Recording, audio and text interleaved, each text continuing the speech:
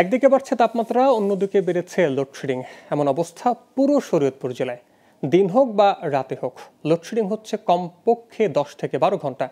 1 ঘন্টায় বিদ্যুৎ থাকলে পরের ঘন্টায় থাকে না। এতে বেড়েছে জনদুর্ভোগ। লেখাপড়া করতে পারছেন না শিক্ষার্থীরা, লোকসান গুনছেন ব্যবসায়ীরাও। তবে 1 সপ্তাহের মধ্যে সমস্যার সমাধান হবে বলে আশ্বাস দিয়েছে বিদ্যুৎ কর্তৃপক্ষ। শরীয়তপুর থেকে সাইফুল ইসলাম আকাশের তথ্যচিত্রে ডেস্ক রিপোর্ট। শরীয়তপুরের গ্রিড উপকেন্দ্র থেকে 40 থেকে 50% মেগাওয়াটের বেশি বিদ্যুৎ দেয়া হয় না। ফলে জেলা সদর, জাজিরা, নড়িয়া, ভেদরগঞ্জ, ডামুড্ডা ও গোসাইরহাট উপজেলায় দিনে রাত মিলে 8 থেকে 10 ঘন্টার লোডশেডিং হয়। বিদ্যুতের এই লুকোচুরিতে ভোগান্তিতে পড়েছে লাখো বাসিন্দা। লেখাপড়ায় মনোযোগ হারাচ্ছে শিক্ষার্থীরা। আর নিরবিচ্ছিন্ন বিদ্যুৎ সরবরাহ না হওয়ায় কারখানা মালিকদের গুনতে হচ্ছে লোকসান।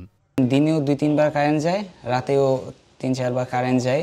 এতে পড়াশোনায় ব্যাঘাত ঘটে। বাসার মুরব্বী যারা আছে তাদের অনেক কষ্ট হচ্ছে, বাচ্চা যারা আছে তাদেরও অনেক কষ্ট হচ্ছে। ঘরে আমরা অস্থির হয়ে যাই, বাচ্চা কাচ্চা ঠান্ডা লেগে গেছে গরমে। ফ্রিজের এই প্রোডাক্টগুলোর ভিতরে আমাদের ম্যাক্সিমাম যেই ইনসুলিন থাকে বা সাবুজিটার যেগুলো থাকে, এগুলার যেই গরমের কারণে এগুলার মানসম্মত ওই রকম থাকে কিনা তাও সন্দেহ।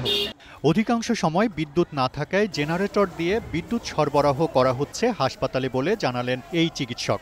আমাদের এখানে দেখা যায় যে সকাল থেকে যে যাওয়া শুরু, মানে কিছুক্ষণ পর পর মাঝখানে এরকম হয় যে হয়তো বা হাফ অ্যান আওয়ার ইলেকট্রিসিটি আছে, আবার নাই। তো এই ব্যাকআপটা দেওয়ার জন্য আমাদের জেনারেটর সার্ভিসটা খুব ভালোভাবে চালু রাখতে হচ্ছে। বর্তমানে চাহিদার অর্ধেক বিদ্যুৎ পাওয়ায় লোডশেডিং করতে হচ্ছে। তবে সপ্তাহখানেকের মধ্যে সমস্যার সমাধান হবে বলে জানালেন পল্লী বিদ্যুতের এই কর্মকর্তা।